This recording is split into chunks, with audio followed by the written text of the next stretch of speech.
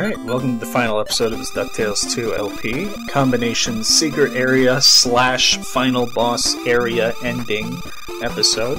First thing we gotta do is return to Egypt and get the treasure map piece that we missed before. Then afterwards we'll go to the resurrected pirate ship, fight Flintheart, Glomgold, and save Webby.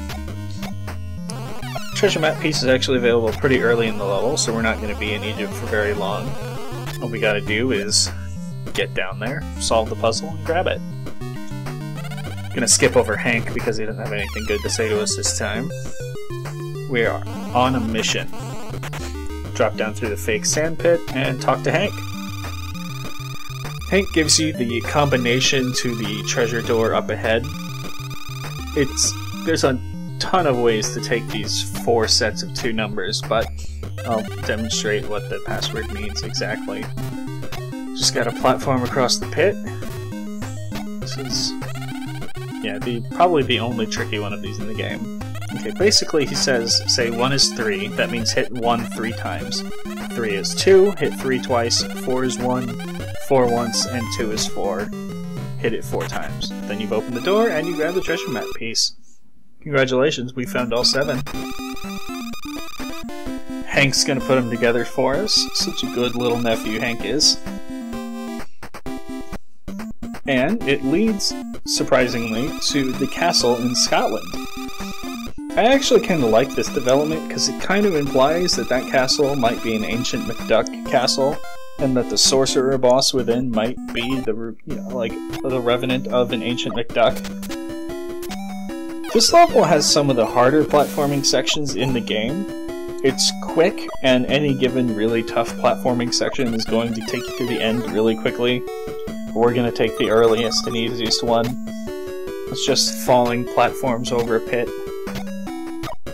You can drop down there and get some more treasure out of it, but we're just here for the legendary treasure McDuck. Lots of the flying hands.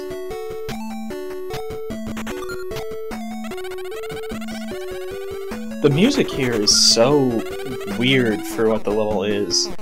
Like, it looks like the Haunted Castle, and all the enemies are from the Haunted Castle, but the music is just so oddly jovial, I guess I would say.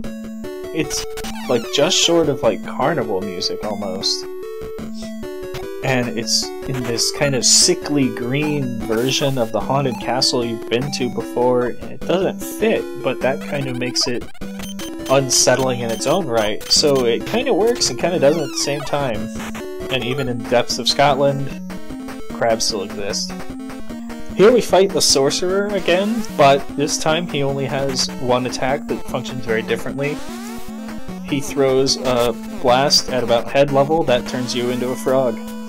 And I kind of love that. Scrooge McFrog is kind of hilarious. But other than that, he fights just the same as the original sorcerer. You just gotta be careful not to get hit.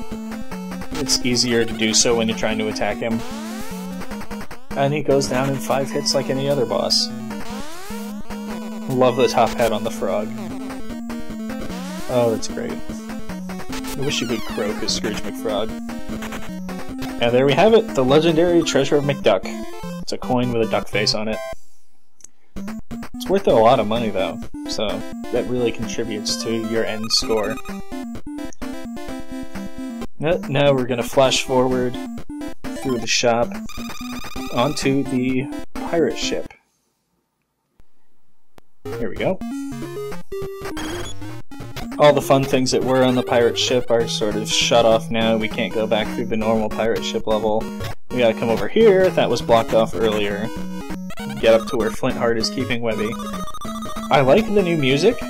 It doesn't last very long because as soon as we get through this scene, we get new boss music, which is actually pretty good on its own though.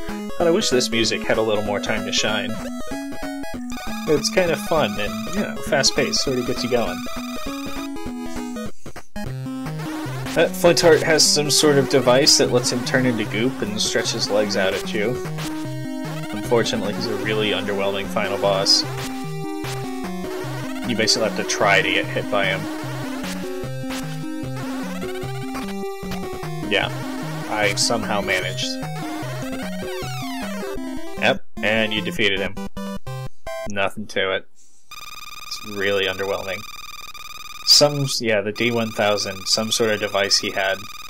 But in retaliation, he's gonna sink the ship, drop all your treasure to the bottom of the sea, just to get back at Scrooge.